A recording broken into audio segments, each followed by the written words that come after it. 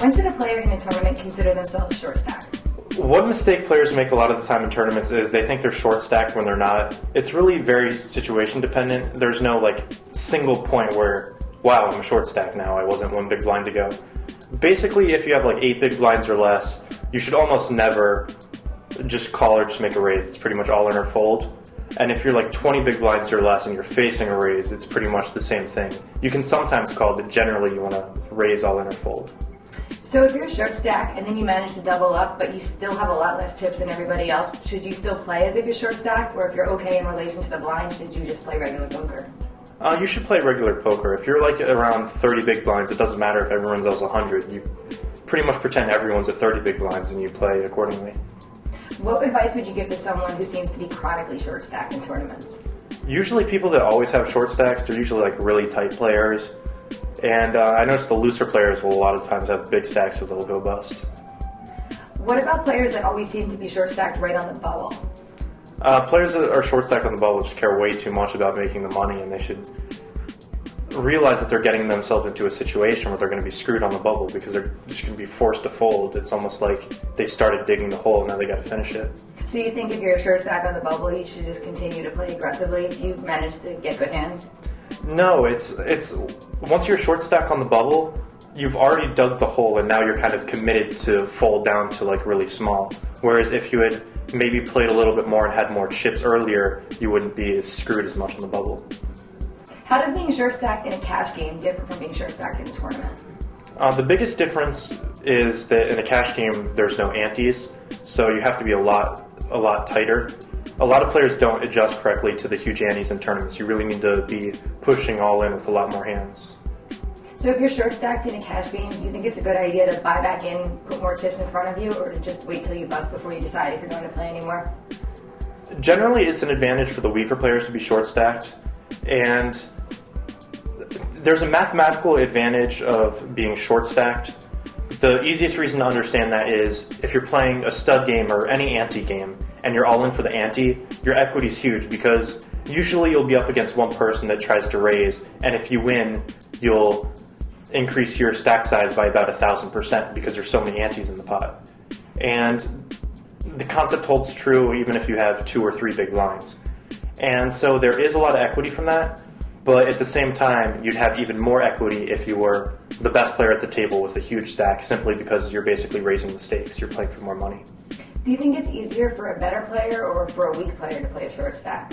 It's definitely better for a better player to play a short stack. I mean, it's skill-intensive and mathematical, just like the rest of poker. So how can you decide when it's right to put your chips in with, say, something like a 3-4 clubs or a 6-8 suited, something like that? Is that ever the right move as a short stack?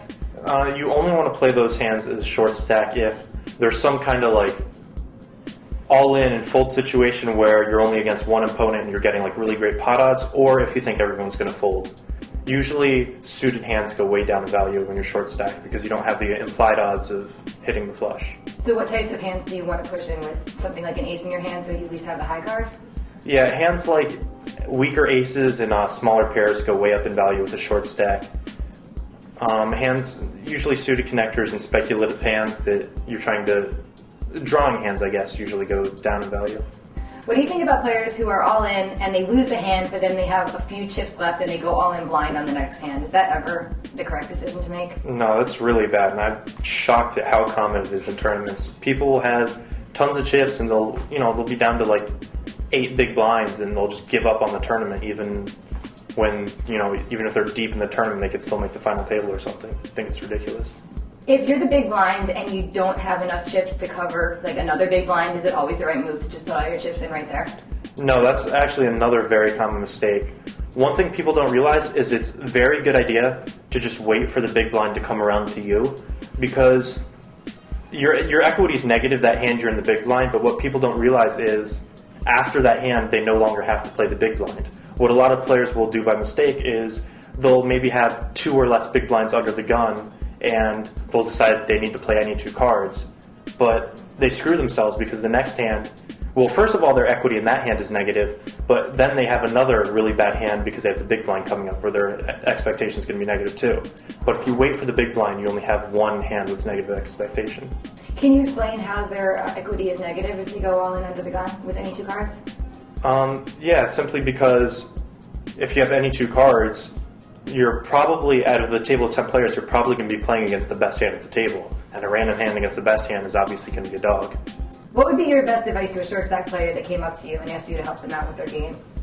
I'll answer that by telling you some of the big mistakes players make and how they should do each one differently. First of all, players are way too loose when they have like 10 to 12 big blinds. It's actually correct to be very tight with those hands, with those stack sizes. You can be pretty selective. When you're down to like, call it 7 to 5 big blinds, you should actually be pretty loose because you still have some fold equity. You can still steal the blinds, but once the blinds pass, you won't. When you get down to 3 or less big blinds, there are two things you're looking for. One is a spot where you're playing against one player when there's a lot of chips in the middle. It doesn't matter what your hand is because if you're getting 4 to 1, you should play. The other spot you should be looking for is just to wait for the big blind, put all your chips in, because if you get past that, once the blinds pass, you'll be on the button with a decent stack and you have 8 more hands before you have to put more chips in. So why are you looking to play tighter when you have 10 to 12 big blinds, but then looser if you have 5 to 7? The reason you want to play tight with 10 to 12 big blinds is, first of all, if you raise to 3 or 4 big blinds and someone re-raises all in, you're almost always pot committed to call. In other words, if you put a single chip into the pot, you're committing your entire stack. And your goal, if you move all in, is generally to win the blinds and the antes. Obviously, it's not the case if you have aces or kings. And you're simply just risking too much to win too little with that stack size. But on the other hand, if you have 5 to 7 big blinds, you have less to risk, but still the same amount to win.